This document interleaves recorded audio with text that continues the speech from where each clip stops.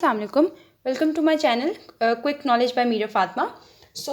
इस वीडियो में भी हम अपने प्रीवियस जो है वो टॉपिक को कंटिन्यू करते हैं। तो हमने जो है वो बात कहा था कि अब हम अपने नेक्स्ट वीडियो में क्या पढ़ेंगे, हम यूरिया की कंट्रीब्यूशन और यूरिया किस चीज़ ने कंट्रीब्यूट करा था हाइपर ऑस्मोटिक इंटरसिस्टम को बनाने में। ठीक है, तो इसका जो इंपॉर्टेंट पॉइंट यहाँ पे मैंने कुछ लिखे हैं वो क्या है, आपके पास जो यूरिया है ना आपके पास 40 to 50% कॉन्ट्रीब्यूट करता है।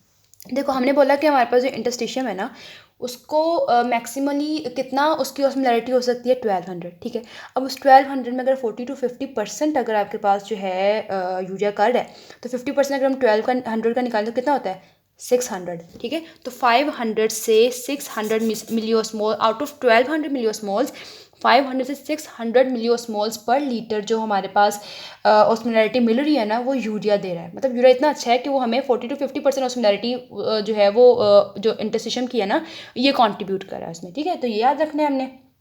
अब यूरिया की रीअब्जॉर्प्शन कहाँ से हो रही थी वो मैंने आपको बताया था, शायद नहीं बताया था, मैं इसमें दोबारा से बता देती हूँ।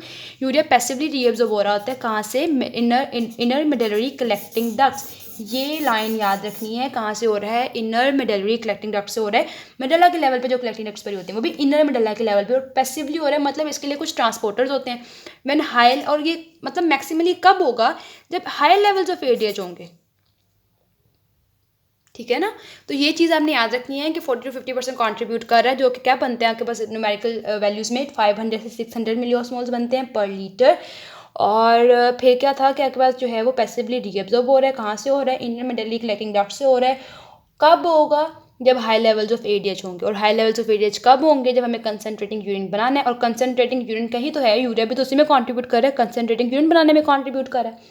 तो अब हम समझते हैं इस डायग्राम को। ठीक है, इस डायग्राम में क्या है, ये वही नेफ्रॉन है, हमने नेफ्रॉन ही बनाया हुआ है, नेफ्रॉन के डिफरेंट पार्ट्स हैं। ओके, ये देखो ये हमारे पास इसके आगे क्या होगा, यहाँ पे हमारे पास होंगी ग्लोमेरुलर कैपिलरीज, वहाँ से ग्लोमेरुलर फिल्ट्रेट आएगा पोमेंस कैप्सूल में, फिर वहाँ के proximal tubule, loop of Henle और डिस्टल ट्यूब्यूल और कलेक्टिंग डक्ट्स में जाएगा। ठीक है, तो हमने तो मेजरली यहाँ पे सिर्फ और सिर्फ यूरिया की बात करें तो हम सिर्फ यूरिया पे ही नज़र रखेंगे। अच्छा, इस डायग्राम को ना 3 पार्ट्स में डिवाइड किया हुआ है मैंने।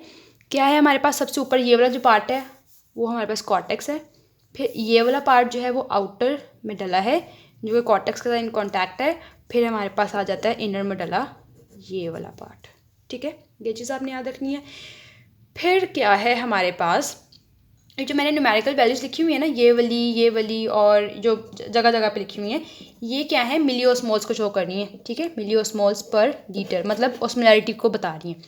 तो अब हमने बात की, जब आपके पास यूरिया जो है, यूरिया की बात कर रहे हैं ना, ये आपके पास बोमेंस कैप्सूल से आपके पास जो है वो प्रॉक्सिमल कॉन्वोल्यूटेड ट्यूब्यूल में गया है, वहाँ पे उसकी ऑस्मोलैरिटी कितनी है 4.5 मिली ऑस्मोल्स होता है वो पर लीटर।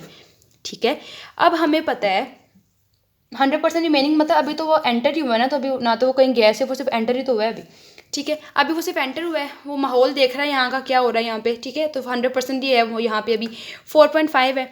फिर हमें पता है प्रॉक्सिमल कॉन्वोल्यूटेड ट्यूब्यूल में क्या होता है, आपके पास वाटर की रीअब्जॉर्प्शन हो रही होती है। ठीक है, तो वाटर की जब वो रीअब्जॉर्प्शन हो रही है ना, और एक और बात हमने याद रखनी है कि प्रॉक्सिमल कॉन्वोल्यूटेड ट्यूब्यूल में ना 50% जो है वो यूरिया रीअब्जॉर्ब हो जाता है। इंपॉर्टेंट बात है। ठीक है, 50% यूरिया रीअब्जॉर्ब हो जाना है।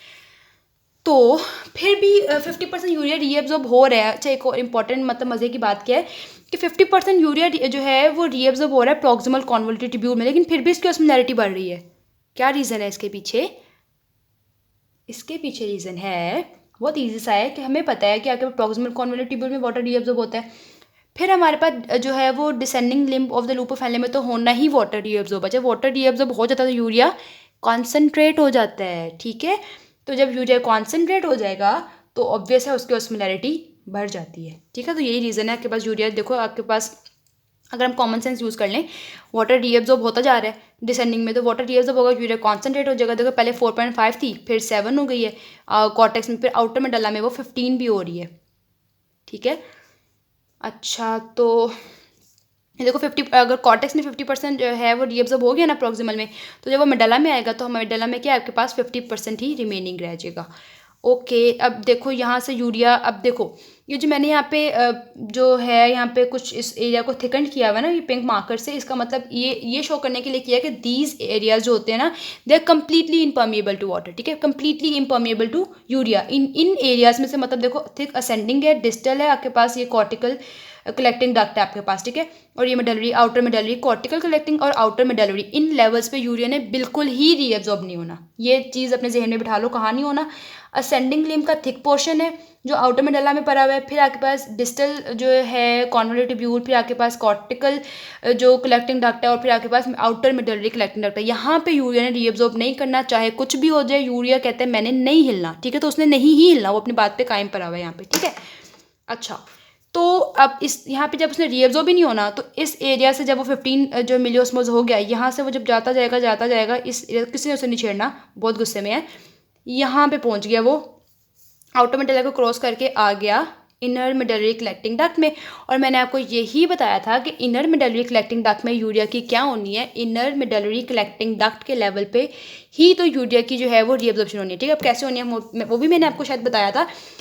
यूरिया यूटी मतलब यूरिया ट्रांसपोर्टर, यहाँ पे ये A1 होता है और A3 होता है। यूरिया ट्रांसपोर्टर कौन से पड़े हुए हैं आपके पास, इनर मेडलरी कलेक्टिंग डक्ट में A1 और A3, ठीक है, 2 नहीं है 3 है, 1 3, 2 की फ्रेंडशिप नहीं है इनके साथ, 1 और 3 को रखा हुआ है, 2 को यहाँ पे दूर फेंका हुआ है, वो भी मैं आपको बाद में बताती हूँ। सो A1 है और A3 है, इनसे आपके पास यूरिया की जो है वो रीएब्जॉर्प्शन स्टार्ट होगी।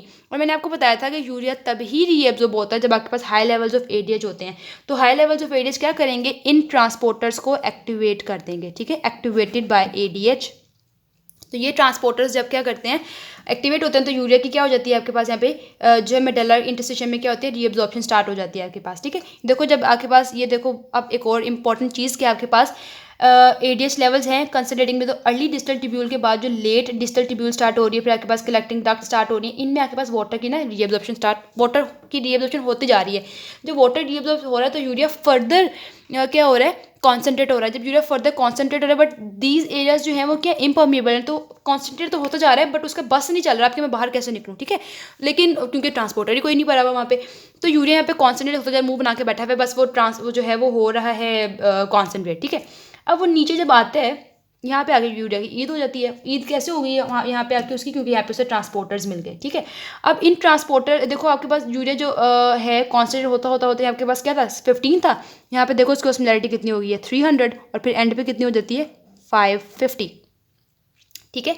इन ट्रांसपोर्टर्स के थ्रू यूरिया जो है रीअब्जॉर्ब हो रहा है, लेकिन रीअब्जॉर्ब अगर वो हो भी रहा है, हमने कहा था कि मैक्सिमली वाटर की रीअब्जॉर्प्शन कहाँ होती है, कॉर्टिकल जो है वो इंटरस्टिशियम के लेवल पे, मतलब इस वाले इंटरस्टिशियम में, इस वाले इंटरस्टिशियम में क्या होनी है, कम होनी है। इसका मतलब क्या है आपके पास यहाँ पे वाटर की रीअब्जॉर्प्शन उतनी नहीं होगी जितनी कहाँ पे होनी है, कॉर्टिकल इंटरस्टिशियम में, ठीक है। यूरिया रीअब्जॉर्ब हो गया यहाँ पे। अब यूरिया के अंदर जब यहाँ पे यूरिया जाएगा, हमने कहा था 40 to 50% कॉन्ट्रीब्यूट करेगा, तो मतलब यूरिया जाएगा तो ऑस्मोलैरिटी क्या बढ़ जाएगी, ठीक है, ऑस्मोलैरिटी बढ़ जाएगी आपके पास, और जो है वो हाइपरओस्मोटिक इंटरस्टिशियम को कॉन्ट्रीब्यूट करेगा यहाँ पे, ठीक है, हाइपरओस्मोटिक इंटरस्टिशियम को। हमने बात की चाहे वो रीअब्जॉर्ब हो गया, लेकिन फिर भी उसकी कॉन्सेंट्रेशन जो है ना ट्यूब्यूल्स में ज़्यादा है। वो कैसे ज़्यादा है, देखो अब आपके पास कुछ यूरिया तो यहाँ पे चला गया इंटरस्टिशियम में। अब देखो आपके पास जो थिन डिसेंडिंग, मतलब जो डिसेंडिंग जो पार्ट होते हैं लूपोफेनले के, थिन डिसेंडिंग और थिन असेंडिंग, इनमें आपके पास ना एक ट्रांसपोर्टर होता है UTA2, यूरिया ट्रांसपोर्टर A2, ठीक है। मैंने यहाँ पे बताया था ना आपको 1 और 3 होते हैं, मतलब जो सेकंड वाले था उसका इनकी फ्रेंडशिप नहीं, उन्होंने इसे धक्का दे दिया और वो कहाँ जाकर गिर गया, थिन जो आपके पार्ट्स होते हैं ना लूपोफेनले के, ठीक है, वहाँ पे। अब यहाँ पे इसने भी अपना काम करना है, क्या करेगा, वाटर जो यूरिया जो है ना उसकी फर्दर से सिक्रीशन करवा देगा, कहाँ पे, ट्यूब्यूलर फ्लूइड में, ठीक है। तो हमने बात की यूरिया यहाँ पे आएगा, इंटरस्टिशियम से दोबारा कहाँ चला गया आपके पास, ट्यूबुलर फ्लूइड में फिर होता दोबारा, मतलब इसकी जो है वो सर्कुलेशन हो रही है यूरिया की, ठीक है। पहले अंदर था, वहाँ से इंटरस्टिशियम में, इंटरस्टिशियम से फिर ट्यूब्यूल फ्लूइड में गया, फ्लूइड से यहाँ पे दोबारा चक्कर खाता हुआ आएगा, यहाँ पे आ गया, यहाँ से फिर से उसकी